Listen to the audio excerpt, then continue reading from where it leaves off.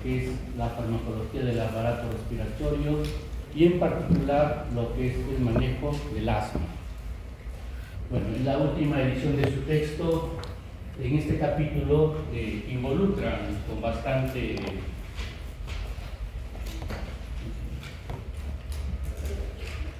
el hecho del manejo del EPOC. Bueno, hay algunas aproximaciones allí como agentes broncodilatadores que no los estamos considerando para la siguiente clase, pero que vale la pena darle una leída de todas maneras por cuestiones ya de complementación de lo que hoy día vamos a avanzar. Bueno, las vías aéreas, ustedes ya saben desde el punto de vista topográfico, que nos ayuda también en cuanto al manejo clínico, las dividimos en vías superiores y vías inferiores. Las vías superiores, de la laringe hacia arriba, digamos, hacia las fosas nasales, involucra una serie de patologías bastante comunes en este tiempo: la rinofaringitis, la sinusitis, las faringitis, las laringitis, ¿no? Con toda una sintomatología muy particular, bastante común, pero que obliga muchas veces a utilizar medicación desde el punto de vista sintomático. Algunas de ellas veremos hoy día. Y luego tenemos las vías aéreas inferiores, que involucra el árbol traqueobronquial y los pulmones propiamente dicho. Entonces ahí también tenemos toda una serie de manifestaciones que ustedes también las han revisado, sobre todo en la parte infecciosa, ¿no? Lo que son neumonías, bronconeumonías, etc. Y aquí muy en particular tenemos nosotros lo referido a lo que es el asma o todo lo que significa problemas de obstrucción bronquial, básicamente, ¿no? La parte restrictiva, que viene a ser el enfisema y la fibrosis pulmonar, va a tener ahí otras consideraciones. Entonces, bajo este aspecto nosotros vamos a enfocar nuestra clase del día de hoy.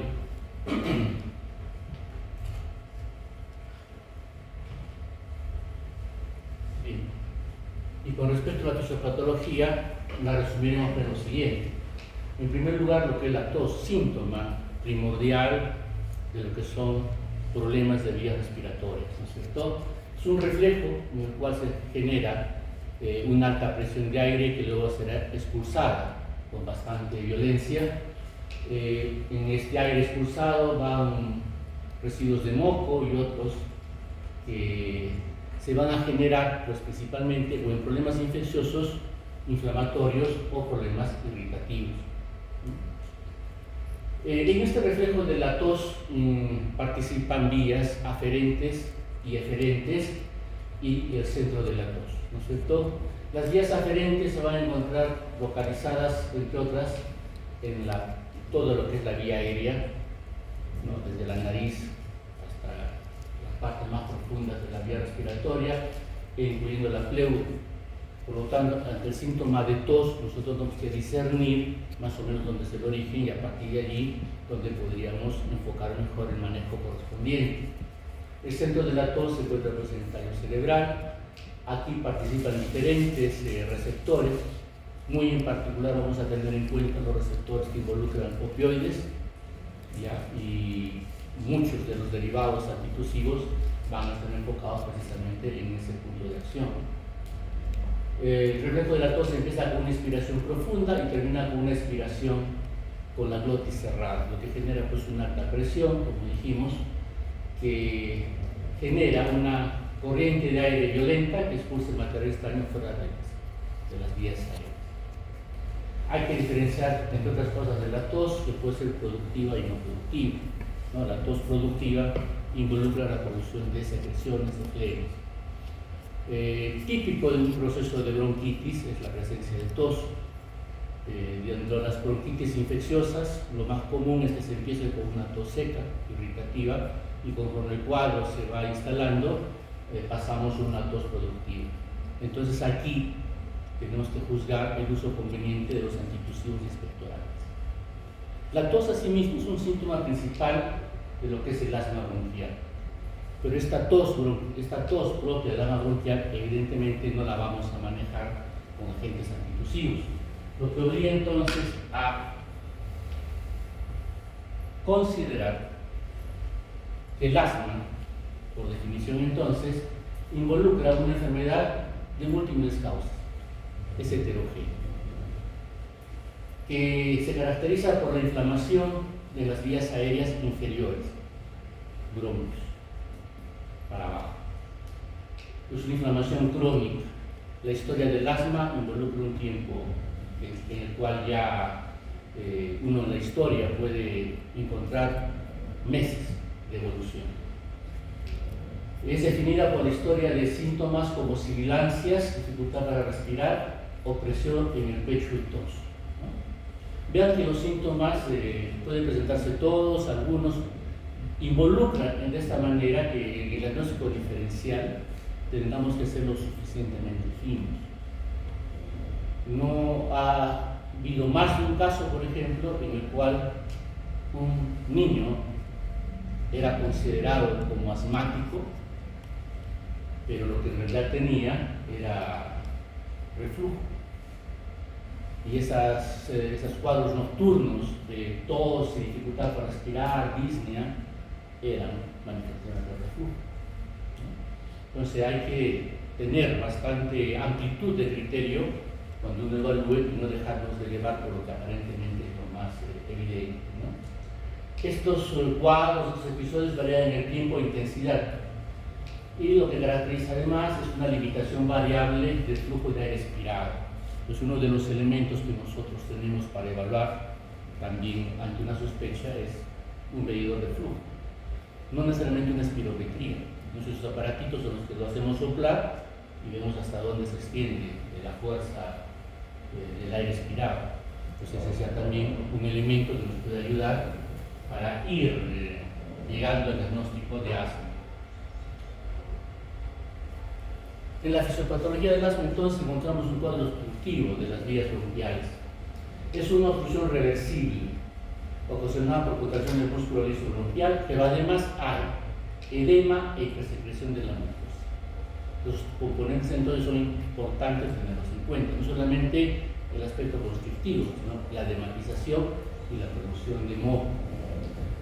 Y diversos factores pueden ocasionar la exacerbación: frío, presencia en el aire de humo, del cigarrillo, de braseros, de cocinas de leña, etcétera, etcétera, dependiendo del lugar donde pueda estar viviendo el paciente, ¿no? La broncoobstrucción aguda inducida por alergenos y consecuencia de liberación de mediadores de mastocitos. Esto nos habla pues de que el asma tiene muchas veces, de la gran mayoría de veces, un trasfondo inmunológico, ¿no? Y la liberación del mastocito, no solamente pues de histamina, sino de otros tantos mediadores, va a determinar muchas características importantes, especialmente en lo que significa el manejo. Porque como dijimos en algún momento, si es un problema alérgico y libera histamina, un antihistamínico podría ser suficiente, pero sin embargo no es así. Ya, muchos saben que los mediadores son leucotrienos, pero no son los únicos tampoco. Hay prostaglandina D y muchas otras sustancias que se liberan. De lo contrario, el uso de antileucotrienos también debería controlar y curar un asma, y tampoco es suficiente por sí mismo. ¿Okay? Hay de por medio entonces un cuadro inflamatorio que hay que manejar adecuadamente. Los AINE pueden también causar obstrucción aguda de vía aérea en algunos pacientes por un mecanismo no dependiente de ninguna globulina E. Eso nos lleva a pensar en la vía de la lipoxigenasa, entre otras, ¿no es cierto? Otros estímulos como ejercicio, aire frío, irritantes inespecíficos pueden causar obstrucción aguda de la vía aérea. El asma por ejercicio, por ejemplo, ¿no? Es un cuadro relativamente común. El paciente está normal, pero cuando hace ejercicio viene la crisis asmática, o la crisis de obstrucción bronquial, o el síndrome de obstrucción bronquial, como se le puede denominar. Entonces allí tenemos diferentes formas de poder abordar el problema. La intensidad de la respuesta a estos estímulos se relaciona con la inflamación subyacente. Entonces, ¿esto qué significa? Que detrás del manejo del espasmo, evidentemente, el manejo de fondo es en realidad el control de la inflamación. Y esto va a dictar entonces el manejo propio de lo que es el asma. Y allí nosotros tenemos que vencer la resistencia de más de un, no diré paciente, porque siendo jóvenes o pequeños, el problema más son los papás, debido a ideas que muchas veces no son correctas. simplemente para remarcar todo lo que mencionaba anteriormente, la estructura histológica mundial, ¿no? Y cómo en el asma, bajo diferentes condiciones, como puede ser infecciones o alergia, se desencadena pues, el cuadro correspondiente, ¿no? Hay una remodelación en la estructura bronquial, hay un crecimiento de las células musculares lisas a una hiperplasia, hay un mayor desarrollo de las glándulas correspondientes, hay una edematización de la mucosa, la producción de moco, etcétera, etcétera, ¿no? Con diferentes componentes inflamatorios que van a estar ahí jugando parte.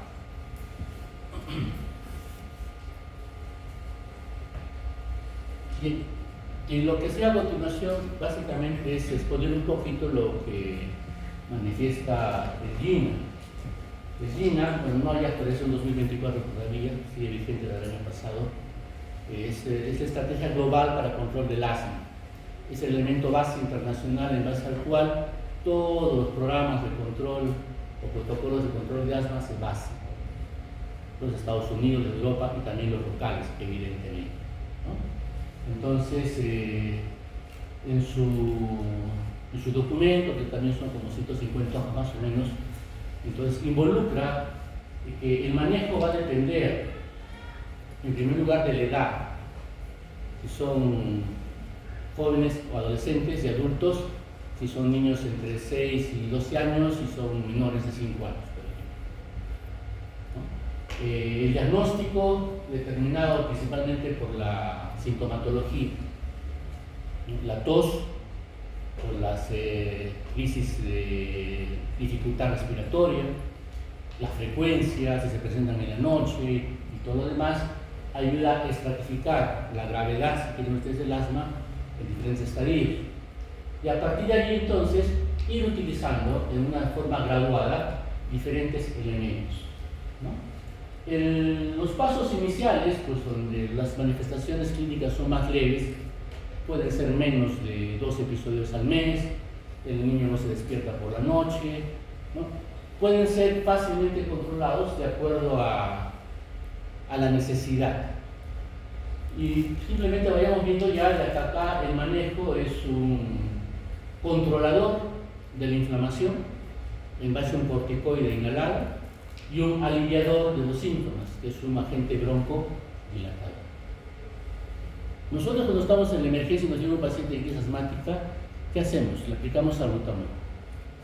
Le aplicamos salbutamol inhalatorio o si tenemos en forma de nebulización, es lo que hacemos. Aplicamos un broncodilatador. La idea, abrir el bronquio, se permeabiliza la respiración y bueno, ya llevar al paciente después a un manejo más fino, que va a involucrar de todas maneras el uso de corticoides, porque repito, el problema de fondo es inflamatorio. ¿Va? Y la broncoconstricción es un síntoma de esa inflamación. Entonces, acá cuando ustedes se encuentren en el ICS, significa un corticoide inhalado, ¿no? En dosis bajas, asociado, lo que dice el programa, a un broncodilatador, que no es el salbutamol, sino el formoterol. Si ustedes recuerdan la clase de beta-adrenérgicos, cuando hablamos de los beta-2 selectivos, diferenciamos en los que son de acción corta y los que son de acción prolongada.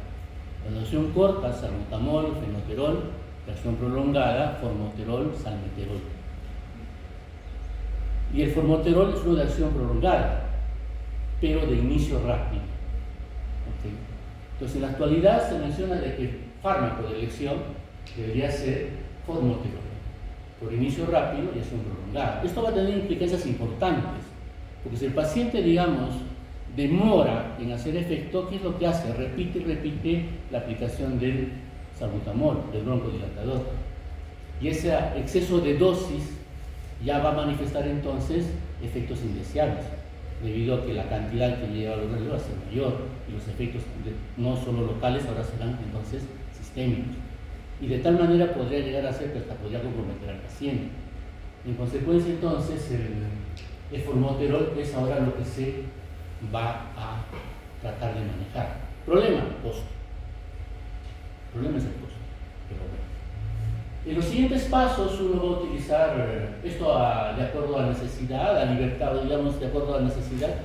Si tiene en la noche, ya le hace usted, y si no, pues bueno. Pero si el paciente tiene más síntomas, más días, más de una vez a la semana o más frecuentemente todavía, entonces hay que utilizar ya con manejo de mantenimiento. Esto significa hacerlo ya en forma diaria, mañana y noche. ¿Okay? Bien. Y si la cosa no mejora, pasamos a un siguiente paso, donde ya las dosis simplemente terminarán por aumentarse. Y si el plan no se controla de esta manera, pueden adicionarse en un siguiente paso otros elementos, ¿no? Entonces, cuando ustedes lean LAMA, en inglés se refiere a antimuscarínicos de acción prolongada. Acá son beta agonistas de acción prolongada, o LABA, long acting beta adrenergic. Acá son LAMA, antimuscarínicos de acción prolongada. Entonces asociamos ya al agente beta agonista, le podemos asociar un antimuscarínico. Si hablamos de acción prolongada, nos referimos a quién, al hipatropio o al tiotropio. Entonces todo lo que hemos estudiado también se aplica ahora al tiotropio. ¿No? Muy bien. Y si en este plazo de tiempo, que puede ser más o menos, no hablamos de meses en realidad de evolución que puede tener el paciente, si no hay mejoría, pueden tratarse otras formas de manejo del paciente, pasando por terapia biológica, inclusive, que hablaremos un poquito acerca de ello, ¿no? Hay planes alternativos, ¿no? De un principio pueden utilizar lo que usualmente hacemos nosotros, corticoide inhalado más un beta bloqueador, un beta agonista de acción corta, como el salbutamol, ¿no? Luego las terapias de mantenimiento, se pueden luego utilizar bajas dosis de beta adrenérgico de larga acción, como sería el formoterol o salmoterol, a escoger allí, y utilizando como rescate, si acaso es necesario, salbutamol, ¿no? Y finalmente también al paso 5 llegar casi lo mismo. Como agente aliviador, si acaso no es suficiente el uso del formoterol, utilizar los acción corta, salbutamol. Entonces ahí el manejo va a utilizar, en otras palabras, corticoide, beta adrenérgico de acción corta, beta adrenérgico de acción prolongada. El de acción corta es una alternativa desde un principio, no es lo más recomendado en la actualidad. Se va a utilizar como indicación de rescate si a pesar de ese manejo de fondo, corticoide, beta adrenérgico de acción prolongada, el paciente sigue teniendo crisis o exacerbaciones en cuadro de asma.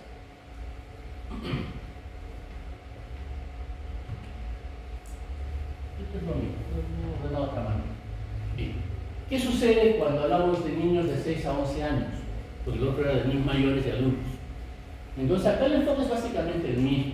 Se van a utilizar los corticoides inhalados, se puede utilizar los betas de acción corta, se puede utilizar la acción prolongada en algún momento, pero vemos que es acá que se van a utilizar otros elementos en la parte inferior.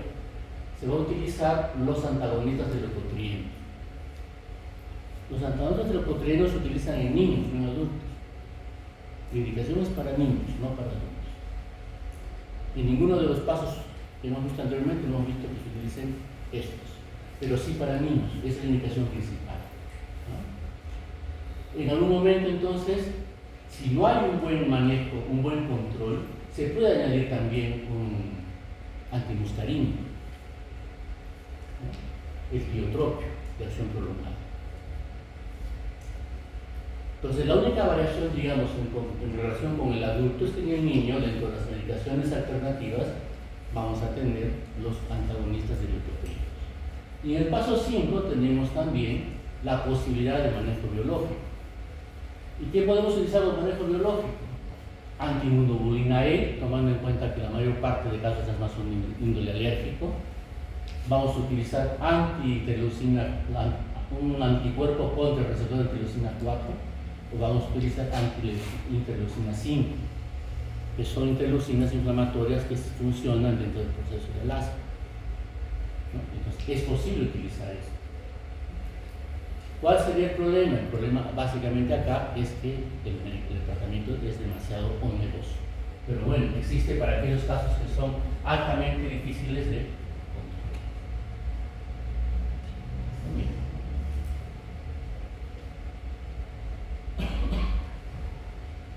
Les dejo las figuras en algún momento las pueden necesitar en sus siguientes rotaciones, que tengan como referencia. Es básicamente lo mismo. Para menores de 5 años. El programa, si no me equivoco, en nuestro medio no considera asma para menores de 5 años. Lo llamas como síndrome de hiperreactividad bronquial, ¿no? Pero el manejo es básicamente el mismo, ¿no? Los pasos 1 son preventivos o son ocasionales el uso. Como todos ustedes, considerar un uso intermitente si el paciente está con una enfermedad viral, un resfrío. Sabemos que los resfríos y infecciones virales de vías aéreas superiores sensibilizan al paciente asmático para que pueda más fácilmente desarrollar crisis asmáticas. Entonces, evidentemente, ahí puede valer la pena manejar cierto curso preventivo. Cuando ya se establece la exacerbación o el cuadro correspondiente, dosis corticoides inhalados en dosis bajas, dosis de corticoides inhalados. El manejo, repito una vez más, es en base a corticoides. Los corticoides tienen toda una historia de sus efectos iniciales. En el capítulo correspondiente de Gunman lo describe, le da todo un espacio suficiente al respecto. Vale la pena leerlo, aunque el tema en sí lo vamos a revisar mejor cuando hablemos de corticoides propiamente. Pero ya enmarcado en el manejo de las horas, vale la pena darle una leída. Conforme, digamos, no se controla satisfactoriamente, pasamos a pasos donde progresivamente utilizamos o mayores dosis o utilizamos otros elementos como los bloqueadores de leucotrienos, ¿no? O inclusive llegar al uso de corticoides de uso sistémico. Lo ideal es manejar los inhalatorios debido a que la dosis baja involucra menor número de efectos indeseables. La elevación de la dosis debería ayudar a controlarlo. Hablo siempre en vía inhalatoria. Pero cuando esto aún no es posible, entonces hay que utilizar los corticoides sistémicos. Y ahí ustedes encontrarán una serie de estudios también entre qué es lo mejor utilizar. O utilizamos prednisona, otros utilizan dexamethasona, y tienen sus razones farmacodinámicas y farmacocinéticas para poder elegir uno o manejar el otro. Bien, entonces, en resumen, digamos, lo que ustedes han visto, el manejo del asma es básicamente con agente antiinflamatorio, que sería el corticoide como principal elemento. Entre otros antiinflamatorios podemos señalar a los antirreceptores de leucotrienos, a los antileucotrienos, ¿no? Porque también son mediadores en el proceso inflamatorio propio del asma, y luego los broncodilatadores, como elementos que van a aliviar el espasmo. Entonces, sus principales indicaciones de broncodilatadores, tratamiento de síndrome de obstrucción bronquial en el niño menor de 5 años y el asma. Van a ser principalmente los beta-2 agonistas, pero también tenemos anticolinérgicos como el impatropio y acá faltaría el iotropio.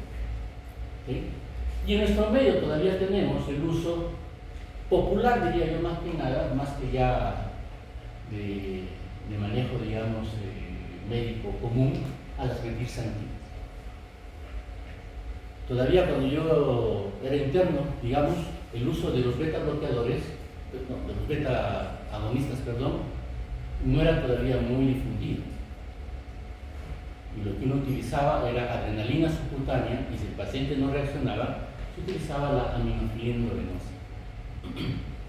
Posteriormente, a medio internado ya llegó el salbutamol, el fenoterol para aplicar la nebulización. Años después ya aparecieron los inhaladores y todo ello. Ya bastante tiempo. En la actualidad ya no se puede pensar eso, ¿no es cierto? Bien. Cloxación corta, salbutamol, fenoterol. El recaso es un cuadro que repite lo que hemos visto anteriormente, no es diferente, para algunos detalles más que hemos ampliado acá, ¿no? Formoterol y salmeterol. ¿Por qué el formoterol es el que ahora se propugna como elemento para la crisis? porque no solamente efecto prolongado, sino también efecto rápido. Y repito, la ventaja de esto es que por efecto rápido se puede controlar el espasmo, por efecto prolongado no se necesitaría de hacer más PAFs en las siguientes 12 horas. Lo cual, cuando uno utiliza un salmeterol, un salbutamol, son a veces situaciones que no se pueden controlar. Es más, muchos pediatras, inclusive de primera instancia, dicen: lo común es hacer 1 o 2 puffs, dependiendo de la niña, 2 puffs, ¿no es cierto? Hágale 3 y a la hora le repite. Usted va a notar que el niño va a estar temblando, va a estar con taquicardia, no se preocupe. Primero deben abrirse los bronquios. Bueno, algunos pediatras han hecho ese manejo, no sé si lo seguirán haciendo. Digamos, eso puede traer consecuencias importantes. ¿Por qué? Porque dentro de la RAM, además de temblor muscular, de la inquietud, ansiedad, va a haber taquicardia. Pueden desencadenarse arritmias importantes que pueden ser potencialmente perjudiciales para el paciente. Se menciona que puede haber hipocalemia, y esa hipocalemia asociada a una arritmia puede generar complicaciones mayores. Entonces no puede ser uno tan alegre, en todo caso, en determinar ese tipo de manejos. También hay efectos metabólicos, ¿no? Va a haber liberación de glucosa, de hiperglicemia, va a haber liberación de ácidos grasos a la sangre, va a haber acidosis, va a haber también un trasfondo metabólico que en algunos pacientes, como son los diabéticos, por ejemplo, podría traer consecuencias también a la mitad. Indicaciones en el asma, el broncoespasmo, incluyendo pues el manejo del hipócrita.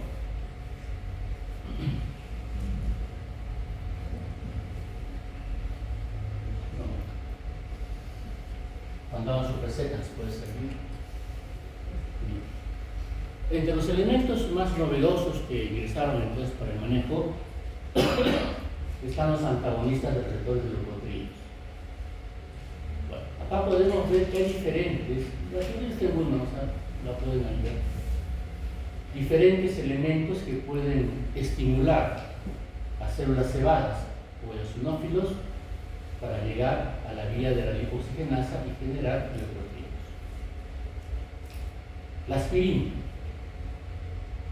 Bloqueamos la vía lipoxigenasa, vamos a la lipoxigenasa, es una de las vías más propuestas. El ejercicio, alergias, aire frío, mediadores como el pafaceter, el dióxido de azufre, elemento presente en los gases contaminantes que están actualmente en nuestro medio, en los humos que salen de los automóviles, etcétera, etcétera. Es uno de los elementos que marca la contaminación ambiental.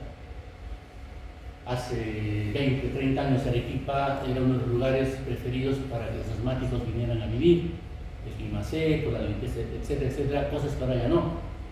Al contrario, el número de asmáticos es muy grande en esta ciudad. Esas bondades que había antes se perdieron.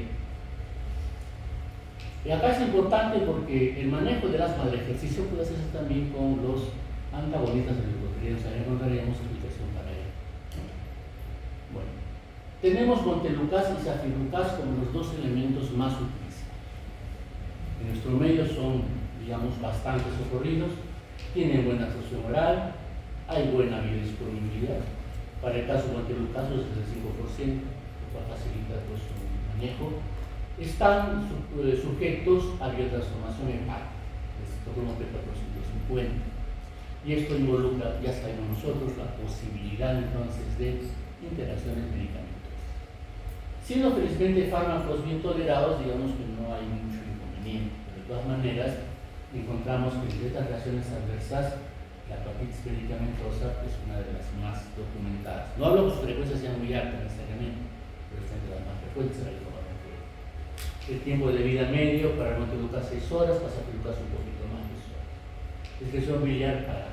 Bueno, teóricamente entonces el bloqueo de los receptores de leucotrieno tipo T1, porque a eso vamos, lo que hace montelukast y zafirlukast es bloquear receptores de tipo T1, disminuiría el exudado plasmático, ¿no? La edematización del dolor resultante en la mucosa bronquial, disminuye la secreción de moco, alivia la broncoconstricción y también disminuye la invasión por los eosinófilos, ¿no? Si queremos desde el punto de vista histopatológico hablar del asma, es un proceso inflamatorio eosinofílico. Por eso en algún momento, cuando se habló pues, de los antagonistas receptores de histamina, los anti-H4 podrían tener algún papel, porque evitarían esa migración, ¿no es cierto? Bien. Si nosotros consideramos pues, de que en el asma el principal mediador son los leucotrienos, ¿por qué estos que tenemos a la mano no lo controlan? Si fuera así, debería ser pues, la medicación por excelencia, ¿no es cierto? Porque estamos diciendo que involucra el bloqueo de T1, pero se producen varias clases de leucotrienos que no lo cubren estos. Por eso es que no va a ser totalmente satisfactoria la resolución o el uso de estos antileucotrienos. Solamente tenemos para uso lo que bloquea T1, pero repito, además, acá tienen ustedes el E4, el E4, C4, el B4, etc. Esos no los cubren. Por lo tanto, quedan libres, quedan fuera de ese tipo de leucotrienos que seguirán haciendo su rol inflamatorio. Las metilxantinas, entonces, un medicamento que ya poco a poco va pasando a la historia. De todas maneras, es interesante porque involucra, verán ustedes, diferentes mecanismos de acción. Desde inhibición de fosfodiesterasa, se supone ser el mecanismo clásico. Cuando éramos, como ustedes estudian en nuestros tiempos, las xantinas inhiben la fosfodiesterasa, por lo tanto impiden la ruptura del AMP cíclico. El AMP cíclico, recuerden, está actuando por acción de los beta-adrenérgicos, ¿no es cierto? Y eso determina finalmente la dilatación bronquial. Se explicaba así el mecanismo. Pero sin embargo, vean ustedes que hay otros mecanismos adicionales que hacen de que todavía no haya pérdida de la vigencia de este medicamento por completo. Hay un antagonismo de adenosina, que se sabe que favorece la contracción del microhueso bronquial, favorece la liberación de interleucina 10, que también tiene un papel antiinflamatorio en este caso. Interfiere con la vía NF-kappa B, que es una vía inflamatoria. Básicamente limita la expresión de los componentes de esta vía. Promueve apoptosis de eosinófilos neutrófilos. La acumulación de eosinófilos en la mucosa bronquial tiene que ver, entre otras cosas, con una disminución de su eliminación, de su apoptosis. Sobreviven más tiempo. Ahí las metilxantinas también podrían actuar de esta manera. Activación de la histamina acetilasa, que tiene que ver con mecanismos de expresión genética y también de control de reproducción celular. Entonces, hay varias otras maneras en que podrían participar. El texto lo describe de manera interesante. Unos dependen de la dosis, otros dependen de la dosis. Pero bueno, están ahí jugando un papel importante. El uso de la teofilina siempre fue un poco delicado. Si bien es un fármaco que se absorbe muy bien, antes inclusive venía en unos artificios de plástico llamados piolas, ¿no? Eran pequeñas dispositivos de plástico contenían un poquito de la teofilina y por vía rectal se aplicaba como pequeños enemitos, digamos de 5 mililitros, 6 mililitros, especialmente para los nenes. Se les aplicaba y les cortaba por la luz nocturna, creo que lo aplicaba la mamá, ¿no? Eso habla pues, de su buena absorción, de su buena biodisponibilidad. Pero cuando uno estudiaba más o menos el manejo de las dosis, porque buena parte del efecto de la teofilina depende pues, de sus concentraciones plasmáticas adecuadas, hay variaciones importantes a lo largo de la edad. ¿Por qué? Porque muchas veces depende del manejo que hace el citocromo. Y por otro lado tenemos varios factores que van a intervenir en este citocromo en particular. Entre ellos, por ejemplo, el humo del cigarro. Se sabe que muchos niños o pacientes asmáticos tienen de por medio hogares donde el papá fuma o no hay fumadores, o en todo caso hay humo en la casa, ¿no es cierto? Entonces eso involucra de forma indirecta en el fumador pasivo, digámoslo así, involucra pues que haya diferentes formas de que se exprese la actividad de ese citocromo. La edad también es otro factor importante. Y todo eso determinaron manejos especiales con respecto a la dosis. La dosis a utilizar en niños era más alta que en los mayores, por ejemplo. Uno se puede utilizar al revés, ¿no? En niños menos, en los adultos más, pero no, en este caso es diferente. ¿Okay? Entre las RAM de la teofilina, náuseas, vómitos, cefalea, digamos cosas bastante comunes. Puede haber diuresis, un efecto bastante conocido de las antinas, ¿no? Favorecen la diuresis.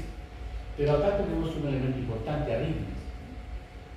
No ha sido raro que cuando se manejaban pacientes que llegaban a utilizar la minofilina, si se entraba en algún problema asmático un poquito grave, pudieran fallecer por problemas cardíacos.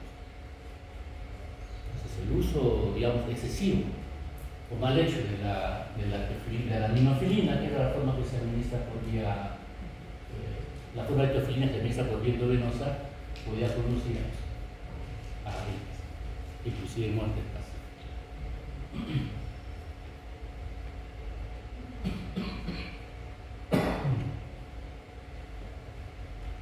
Bien, y finalmente, dentro de las otras posibilidades tenemos la terapia biológica. En este caso, tengamos en cuenta pues, que si es una enfermedad inmunológica, pues, alguna clona de linfocitos B generará la inmunoglobulina C, que se van a fijar por los diferentes elementos y van a determinar las exacerbaciones, ¿no? En el cuadro bronquial, y determinar también todo el aspecto crónico inflamatorio reversible. Entonces, uno de los abordajes es qué cosa. Si el paciente es un paciente alérgico que tiene excesiva inmunoglobulina E, pues bloquear la inmunoglobulina E. Y para eso el anticuerpo es el omalizumab. Entonces se utiliza este anticuerpo para bloquear la inmunoglobulina E. No inhibe la síntesis, inhibe su fijación a los receptores de células cebadas. En otras palabras, no se va a unir a células cebadas o a los otros receptores y por lo tanto se vamos a ayudar a que no se presenten las exacerbaciones y todo lo demás. Hay protocolos de manejo, no es un medicamento nuevo, pero ya tenía sus años, hay bastante experiencia. Y lo más nuevo es esto, que considerando que la interleucina 5 y la interleucina 4 son elementos que van a participar activamente en el proceso inflamatorio asmático, ¿cierto? Entonces pueden utilizar anticuerpos anti-interleucina 5, nepolizumab, infliximab. Pueden utilizar anticuerpos contra los receptores del sarilizumab y de esa manera bloquear todas las asas que puedan generarse ahí proinflamatorias. Otros abordajes, en el capítulo de uno lo describe también con cierta amplitud, para los interesados puedan ir revisarlo mejor. Pero cuando en ese esquema de manejo del asma del GINA llegamos al paso 5 y no hay buen control con lo que podemos utilizar, corticoides, beta-adrenérgica de acción corta, de acción prolongada, antimuscarina de acción prolongada, entonces antileucotrienos tenemos que intentar el manejo de este. ¿Qué es posible?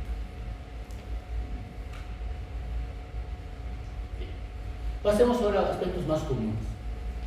De repente, para el momento actual que estamos entrando al invierno, puede ser útil.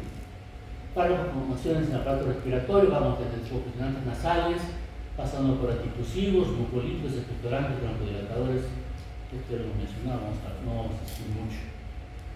Muchos de estos fármacos ya los hemos mencionado, simplemente va a ser un breve recuerdo. Los descongestionantes nasales, de acción tópica, de acción sistémica, ¿no?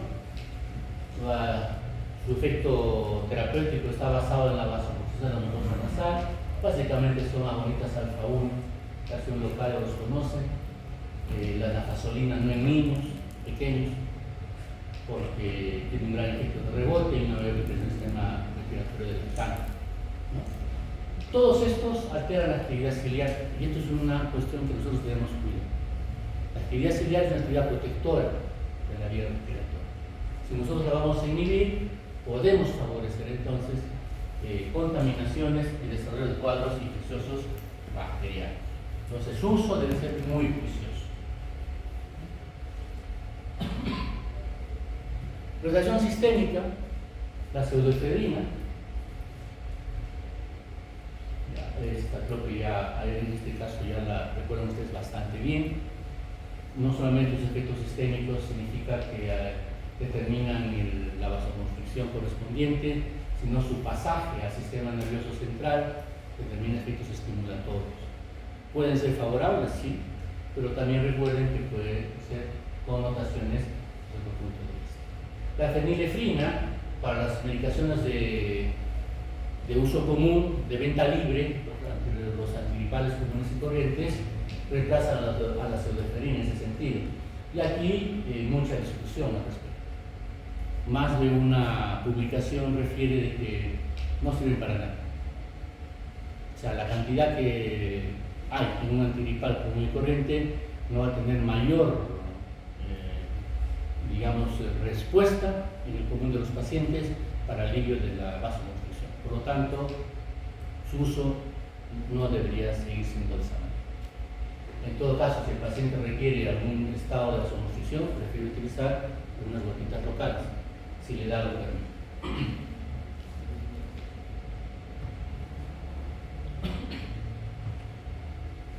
Bien, la tos, ¿no? Algo hablamos de la tos.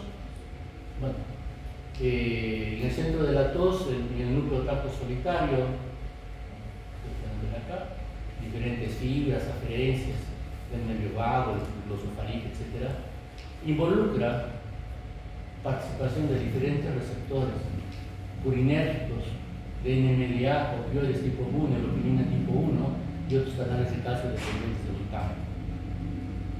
En la vía aérea propiamente dicha tenemos otros elementos que pueden ser blancos, farmacológicos, ¿no? Nuevamente los receptores de purinérgicos, tenemos receptores de voltaje transitorio, otros de voltaje de sodio, canales de calcio también, como elementos entre los cuales uno puede intervenir para el control de la tos. A pesar de esas posibilidades, entonces, nosotros debemos diferenciar los antitusivos en dos grandes grupos. Los de acción central, que van a tener pues utilidad en las inmediaciones del centro de la tos por las vías aferentes, ¿no? Y los de acción periférica, tratando de disminuir la sensibilidad de los receptores que finalmente se comunican, las vías aferentes que se comunican con el centro de la tos. Los de acción central tenemos naturales y sintéticos, alcaloides derivados del opio. En particular, pues ahí tenemos de los sintéticos el estrometorfano y la oxalamina. Hay muchos más. Ustedes revisan la cantidad de antitusivos que hay en el mercado y habrán pues por lo menos unos 5 o 6 más. Pero todos tienen trasfondo cierta derivación de derivados de tipo opioide. Oxalamina es básicamente un fármaco antihistamínico. De acción periférica demulcentes significa que son fármacos que se van a pegar en las mucosas inflamadas, o sustancias mejor, que se van a localizar en la mucosa inflamada. De esa manera van a aislarla, como quien dice, del medio, disminuyendo su sensibilidad. De esa manera evitar el reflejo de la tos. Puede haber anestésicos locales. Hay formulaciones donde con forma de spray uno lo aplica, por ejemplo en la mucosa faríngea. Y eso ayuda también a disminuir la sensibilidad de esa tosecita tan molesta que puede haber, pasando pues por pastillas que uno disuelve en la boca, ¿no?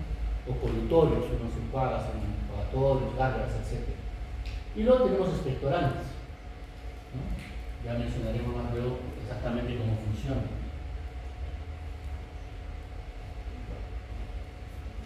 De la codeína no tengo mucho que decir, simplemente que la dosis antitusiva es mucho menor, 6 veces menos que la dosis analgésica, ¿no?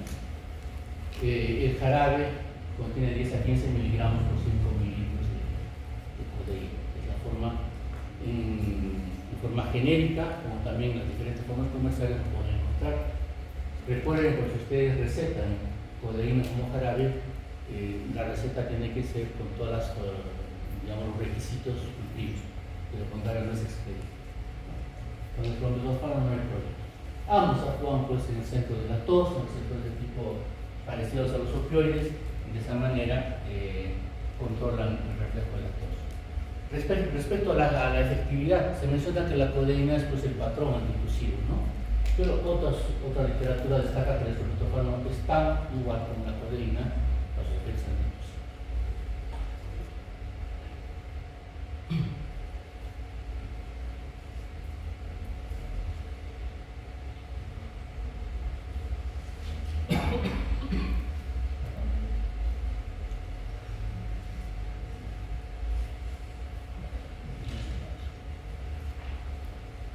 Los agentes mucolíticos, como su nombre lo dice, destruyen el moco, hacen que este sea menos viscoso, por lo tanto más fácil de eliminar.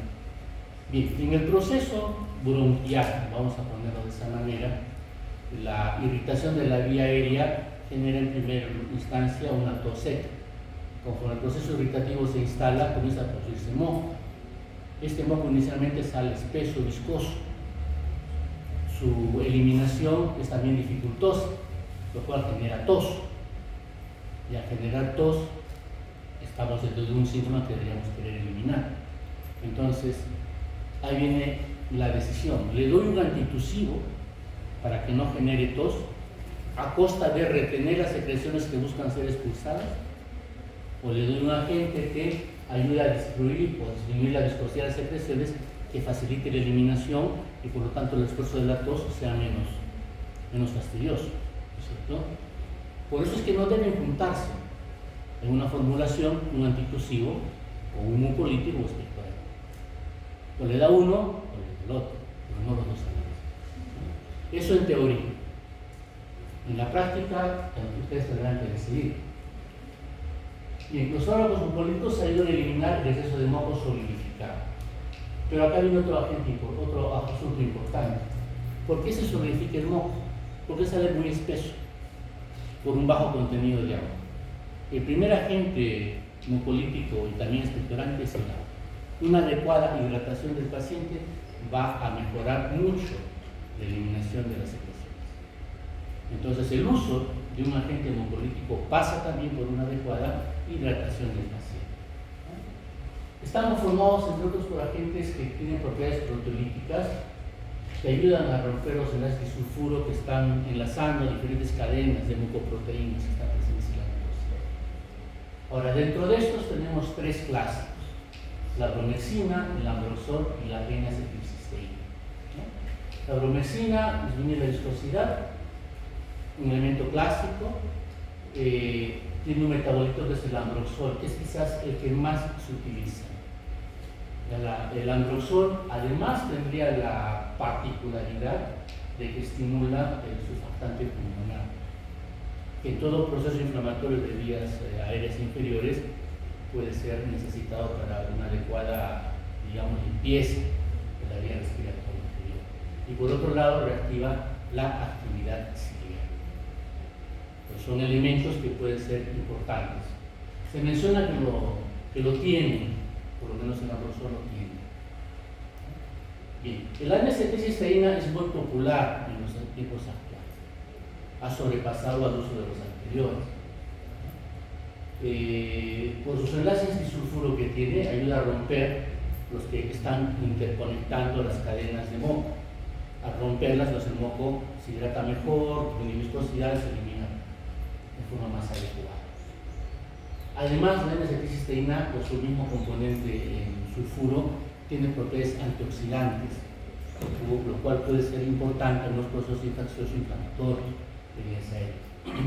Además, es antídoto de intoxicaciones con paracetamol. Ahora, regresemos al caso del paciente con asma. El paciente con asma produce mucho moco. Hemos visto su fisiopatología porque lo hace. ¿Qué hacemos con el moco que produce el paciente asmático? Lo dejamos ahí, lo hidratamos, le damos un mucolítico que puede ayudarle. Es factible. Es factible. ¿Le puedo dar cualquiera? No. Y contra el mucolítico que no está, o que debe tenerse cuidado por lo menos, cuando damos a un paciente asmático, es la acetilcisteína. La elección sería la bromexina o el ambroxol, pero no la acetilcisteína. ¿Por qué? Se ha visto que se asocia más con las exacerbaciones de los espasmos.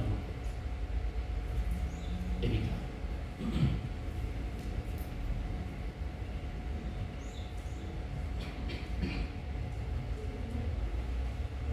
Bien, ¿qué son los expectorantes? ¿Qué los diferencia de un mucolítico? Un mucolítico no disminuye la viscosidad. El expectorante aumenta el volumen de las secreciones bronquiales o favorece los mecanismos que estimulan su eliminación. Eso es un expectorante. Aumenta la secreción. Al aumentar las secreciones, supuestamente las hará más fluidas, menos difíciles de eliminar, y con esto el paciente encontrará alivio de la tos. También dicen que es porque al producirse más secreción menos viscosa, ayuda a tapizar, digamos, la mucosa bronquial o la mucosa de vías respiratorias, y de esa manera también disminuye la sensibilidad a los estímulos que puedan despertar la tos. Tal o no como sea, las secreciones no se secan y no congestionan las vías respiratorias. ¿Qué podemos conocer como expectorante? Agua y soluciones salinas en el oso, para empezar. La nebulización cumple un papel interesante. No solamente produce una forma de proporcionar el agente antiinflamatorio o broncodilatador, sino porque también humecta y favorece la eliminación de las secreciones en toda la vía aérea, ¿no? Entonces, a considerar.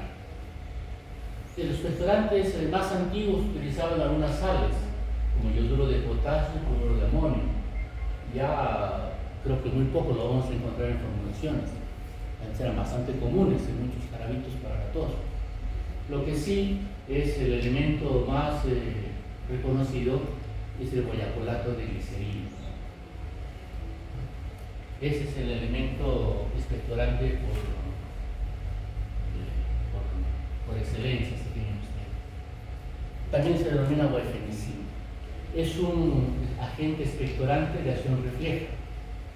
Esto es, no actúa directamente en la vía respiratoria, actúa a nivel de la mucosa gástrica, estimula ahí terminaciones que por aferencia vagal van a estimular la secreción mucosa en la vía respiratoria. Esa es la acción refleja. Y acá viene buena parte de lo que mencionamos hace un momento. Muchas formulaciones de uso popular utilizan combinaciones de dextrometorfano más guayacolato de glicerina. Es un antitusivo, un expectorante. Si yo antitusivo, evito la expectoración. Pues porque me duele. Si estoy pensando que el mecanismo de la tos es una irritación favorecida por la secreción muy viscosa, disminuida o ausente, y juzgo que favoreciendo la misma disminuye la tos, para que el antitusivo. Vemos que allí en su momento habrá que juzgar. Estas formulaciones combinadas seguirán siendo utilizadas en el mercado. La tendencia actualmente es utilizar lo que se llama medicaciones de dosis unitarias. ¿Qué son las dosis unitarias? Que ya no se aceptarían, mejor dicho, combinaciones de medicamentos. Y es más, en la práctica han desaparecido muchas. Por ejemplo, era muy común utilizar formulaciones que combinaban analgésico más un relajante muscular, tanto por vía oral como por vía parenteral. Ya no se encuentran. Tienen que darlas ustedes por separado, con tabletas o en forma parenteral. Entonces, de esa manera, ¿qué ventaja puede tener? Evitar excesos y producir efectos indeseables. Son las indicaciones más apropiadas para este tipo de dosificación. Pero en estos casos nos evitarían pues, efectos contradictorios. Pero bueno, en algunos casos esa combinación puede ser apropiada. En este caso, evidentemente, la verdad que parece que no. Y es más, ustedes encontrarán formulaciones, si todavía existen en el mercado, porque ya habían desaparecido, donde igual se utilizaba la codeína más expectorantes. Los encontramos siempre esa diferencia. Entonces, el abordaje del paciente, más que el uso protocolizado de memoria, debe ser siempre un uso juzgado. En cuanto a la fisiopatología de lo que el paciente pueda presentar, eso es su diagnóstico, y dos, lo que ustedes encuentren en el manejo del paciente.